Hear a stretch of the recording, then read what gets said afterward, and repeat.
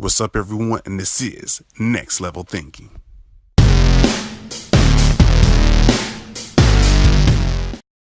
What's up, everyone? It's another episode of Next Level Thinking, where we always push to encourage and inspire people to take it to the next level. Today, I have a special guest by the name of Adam Olsen. Okay, now go ahead and tell the people a little bit about yourself. My name's Adam. I run the Adam Olsen team. We're a real estate team that consists of 10 individuals, 8 licensed agents, including myself, and then we've got 2 full-time admins that kind of do all the paperwork and behind the scenes kind of action.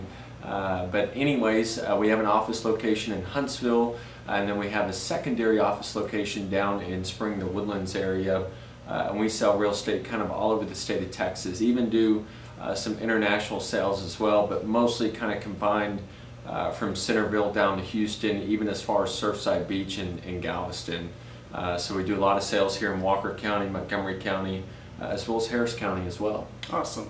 Okay, with that said, what was the strong passion to get you into real estate? Because everybody has that drive or something that impacts their life to kind of get that spark going. So what impacted you to kind of go into this kind of field? So to be honest with you, it was actually recommended by a family member of mine.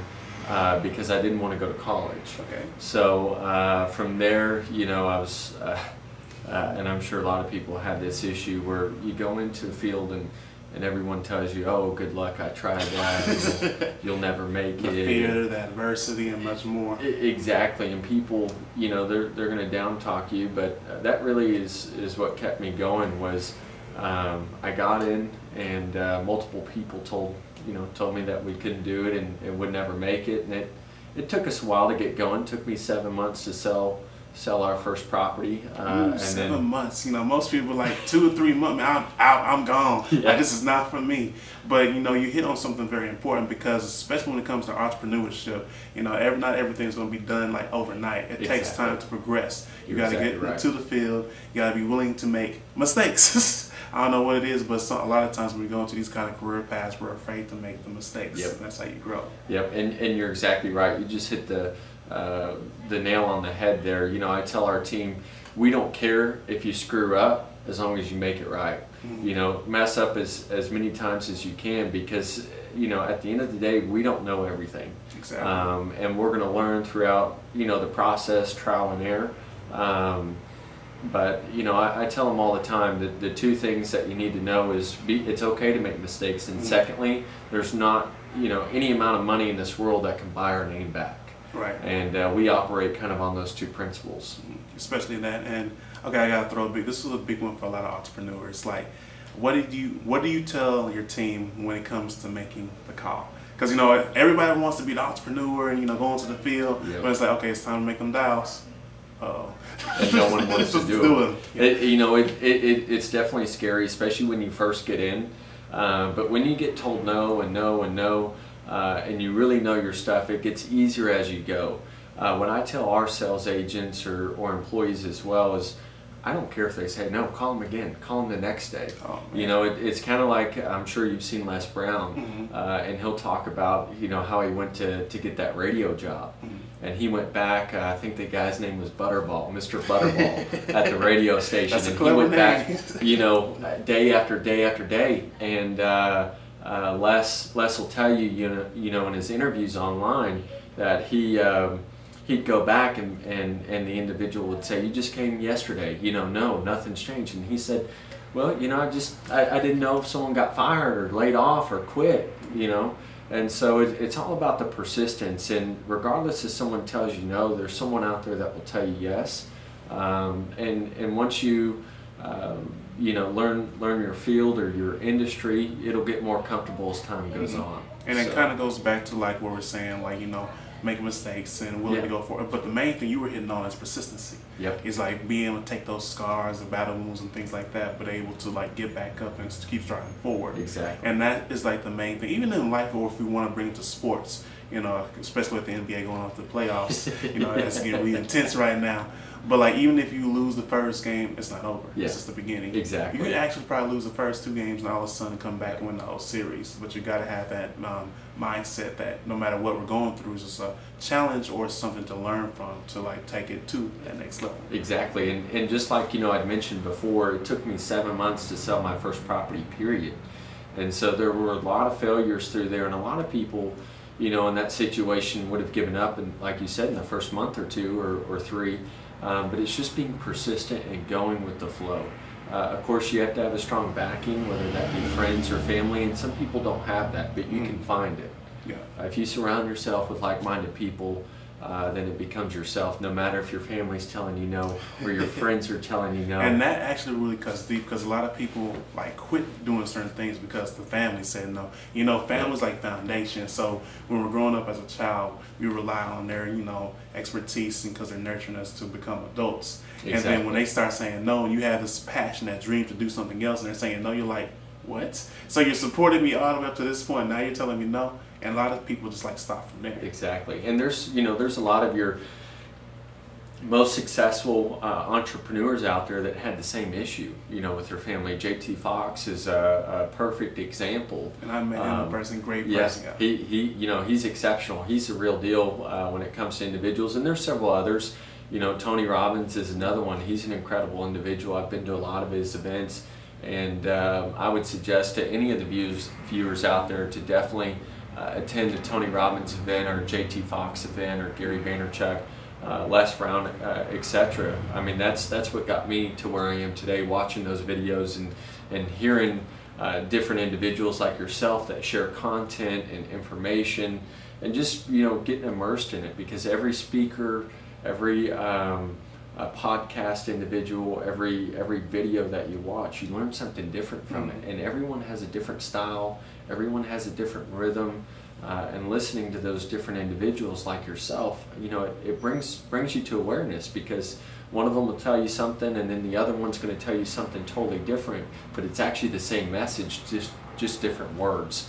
So you never know what's going to hit home for you. Exactly. And then I really encourage, even if you're starting out or have been into the game for a good amount of time, is just go to these events. Just go to them, because you never know. Because you have a lot of like-minded people going to these events, just like you, or different kind of personalities, or may even have the skill set that you're missing. But unless you go to these events, you will never meet Exactly. them. And even, we're heavily involved, in the JT Fox organization, as well as, like I said, we've been to several Tony Robbins events just to hit some points on that as far as the quality of individuals. I mean, you meet people from all over the world. We're actually going to be going to London here pretty soon to talk with some people from the JT Fox organization about some investments there as well. And even we've got 2 ladies out of Baltimore that we'll be working with on multi-family units as well. And we also got a $3 million listing, or courtesy listing, in North Carolina that we'll be helping with. The owner's name is Dan, that we met at a JT Fox event. So I mean, it's just an incredible wealth of knowledge and information, and the people there, not only the ones putting on the event, but also the people attending the event. Like you said, they're all like-minded, they're all in the same game, they're all trying to start up different businesses or add to their business line, etc. All right, fantastic. All right, now I'm going to cut it right here, but we're going to go into the next segment, and that's where I'm going to really key on to entrepreneurship even more, but go even further detail exactly into real estate, because a lot of people get a lot of value from that, because there's a lot of questions out there. Exactly. So we're going to definitely drill onto that on the next segment, so stay tuned for that.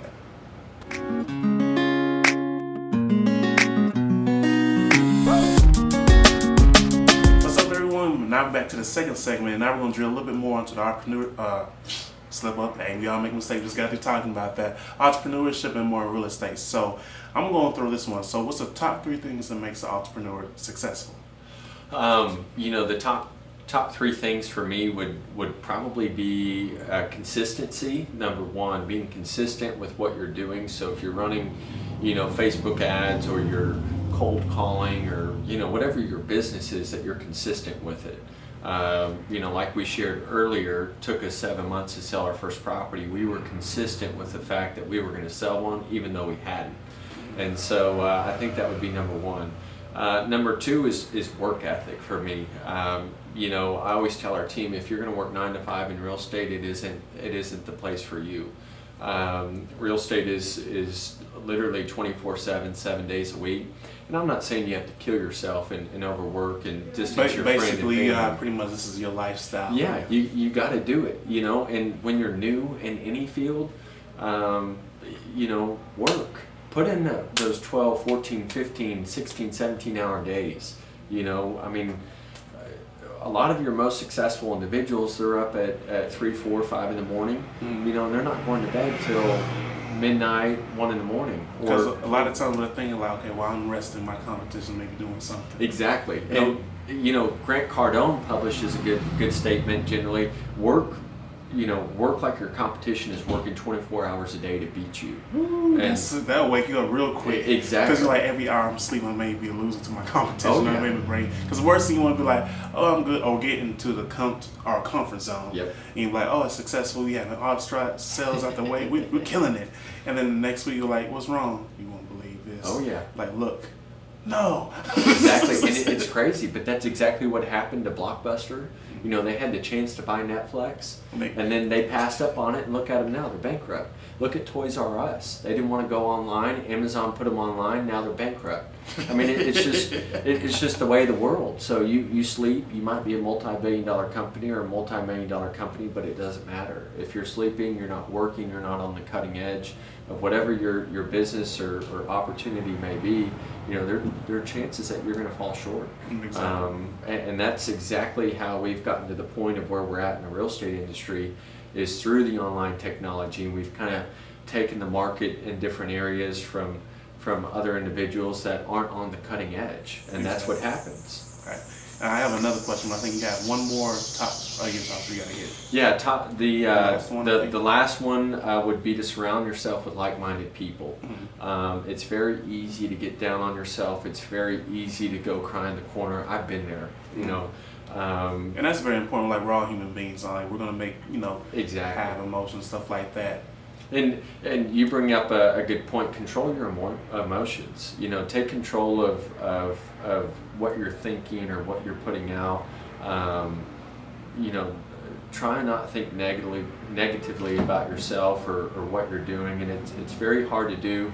But you know, like we talked in the first segment, if you go to one of those Tony Robbins events, if you go to one of those JT Fox events, Grant Cardone, Gary Vaynerchuk, especially Tony Robbins, you know, he'll teach you and show you how to really take control of your emotions, or even, you know, watch some of their videos from these different individuals and podcasts like yourself, and eventually, you know, you'll learn how to do these certain things so that you can stay top of mind or top of mind in your own head to take control of your life and your business. And that is very important, because what you constantly consume, even if, like, from your surrounding top 5, from listening to music, the visuals and things like that. Like, I'll go put it like this. Like, if you surround yourself with like great people, inspiring, you know, encouraging, or like from rising from the bottom, and you just have that just mentality to strive and just go above any expectation to make a better person of self.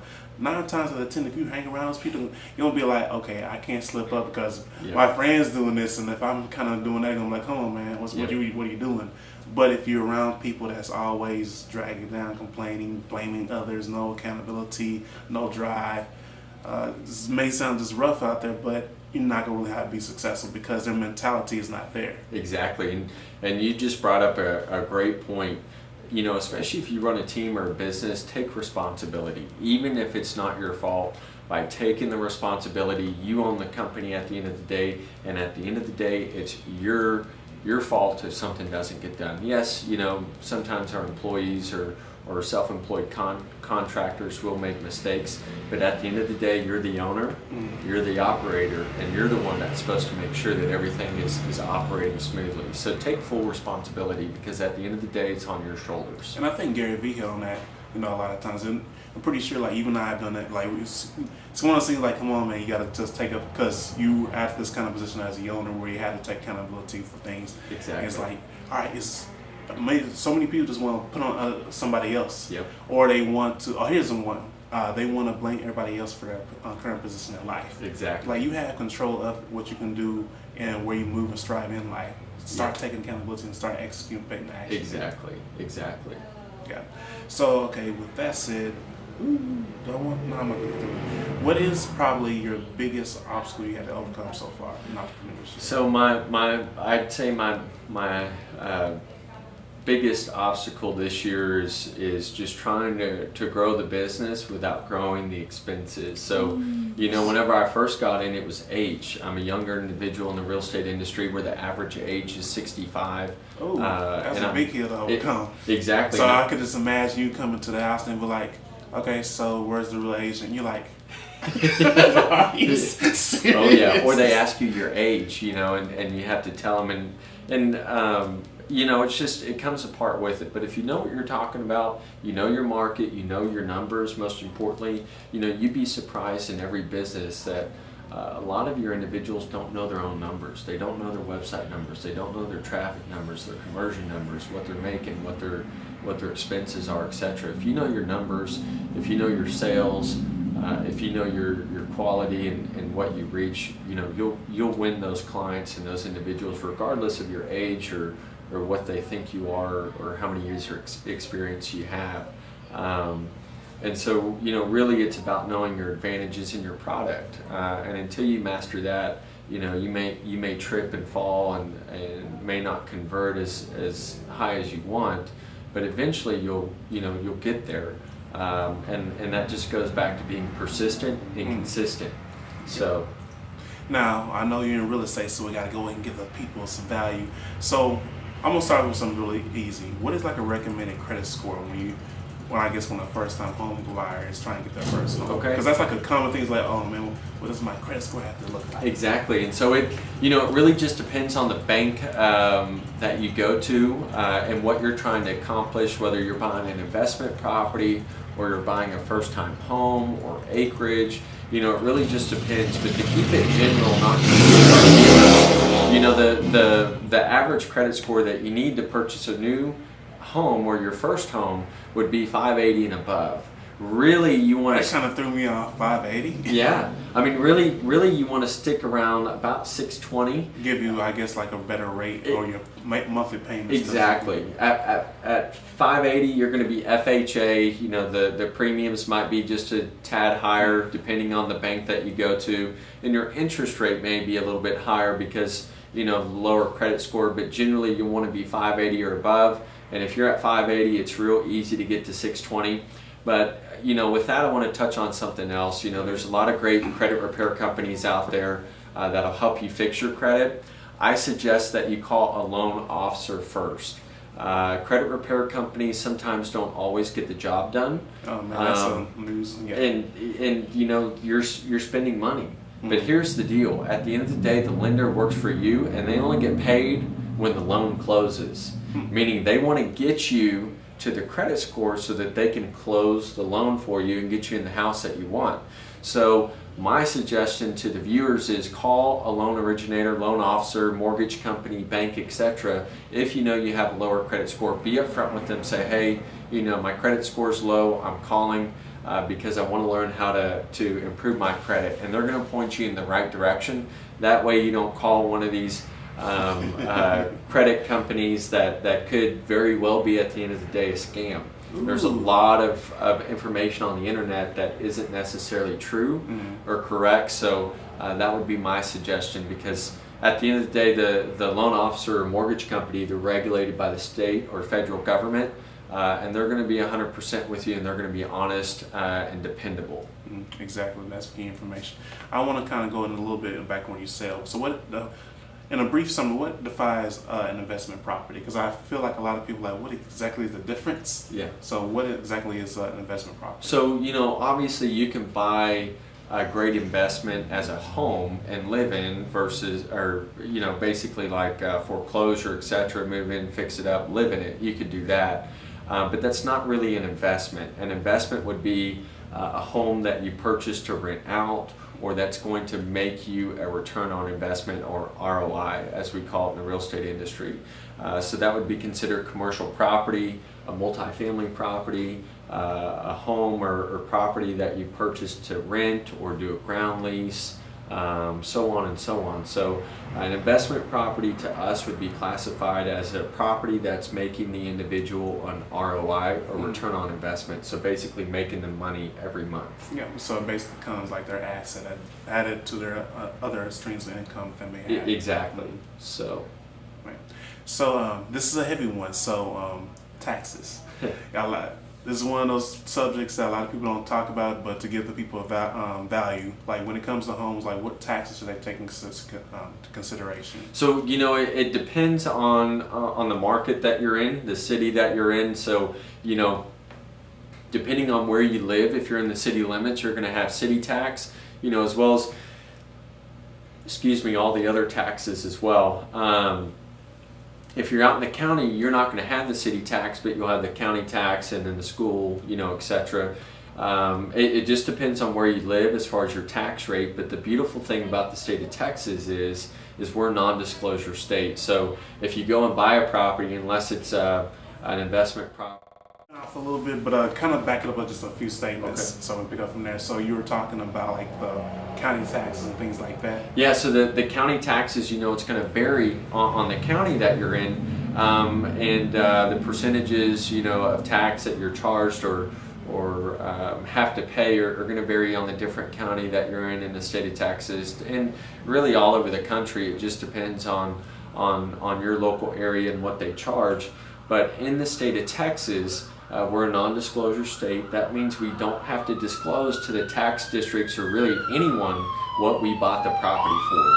So it's really cool that you don't have to tell the city or the state or anyone what you bought the property for. So if you get something in the mail or you get a phone call, they don't need to know what your property's worth, and they don't need to know how much you purchased it for, because if you tell them, they're going to turn around and tax you on it. So that's a great thing about the state of Texas. Other states are different. California is a disclosure state to my knowledge. There's several others, around the United States that have different laws and tax laws and things like that. So this is, pertaining just to the state of Texas.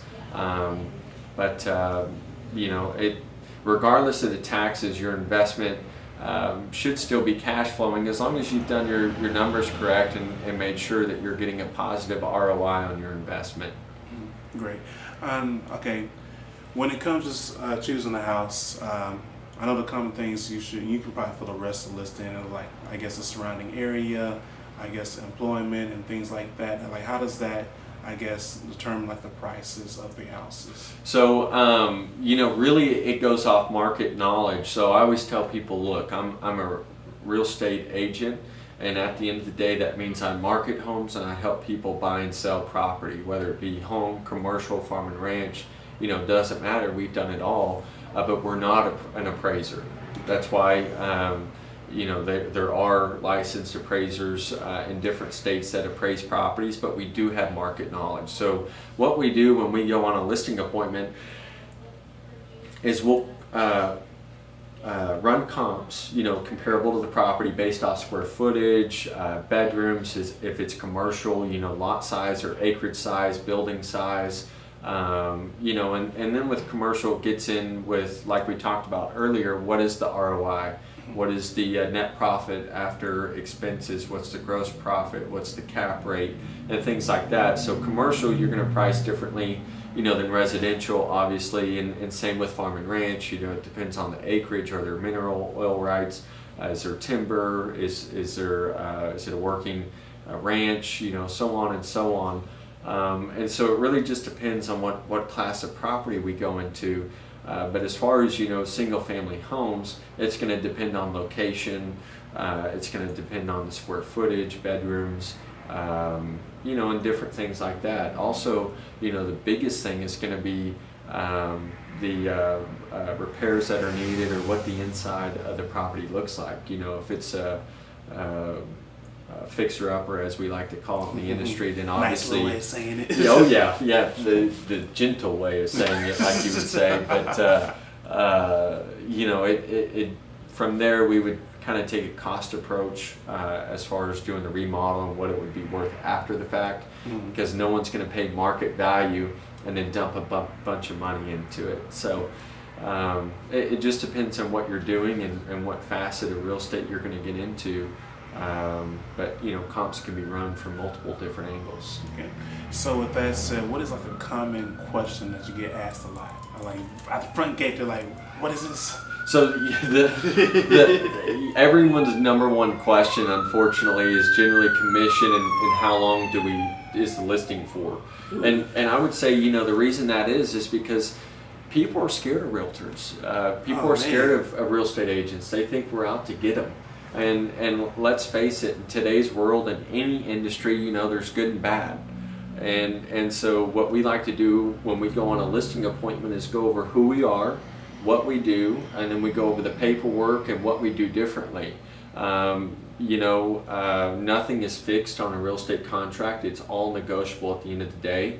From the commission to the time that you list, everything is 100% negotiable on any contract.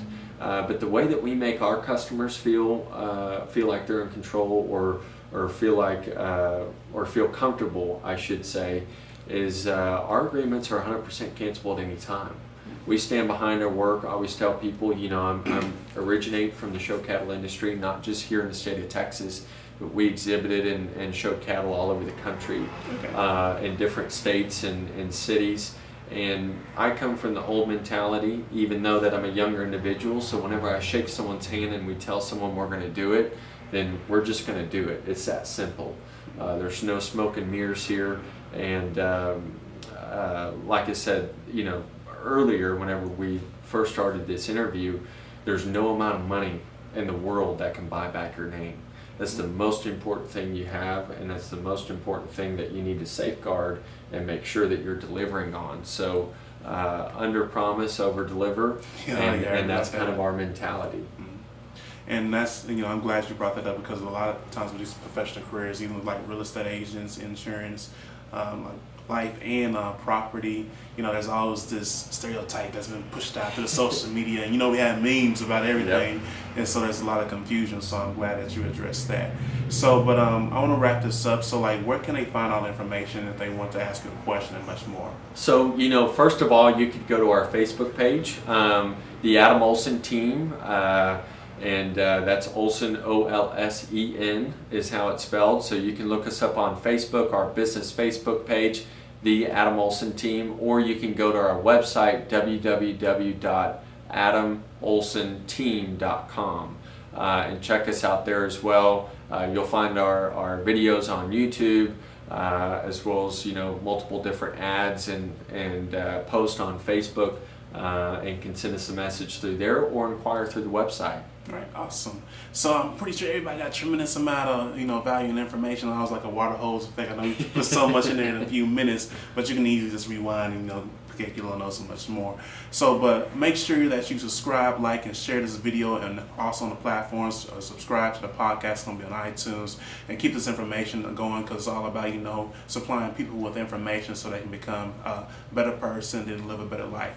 So again, this is Chris Soames. This is Next Level Thinking, and my guest, Adam Olsen with the Adam Olsen team. And we're out.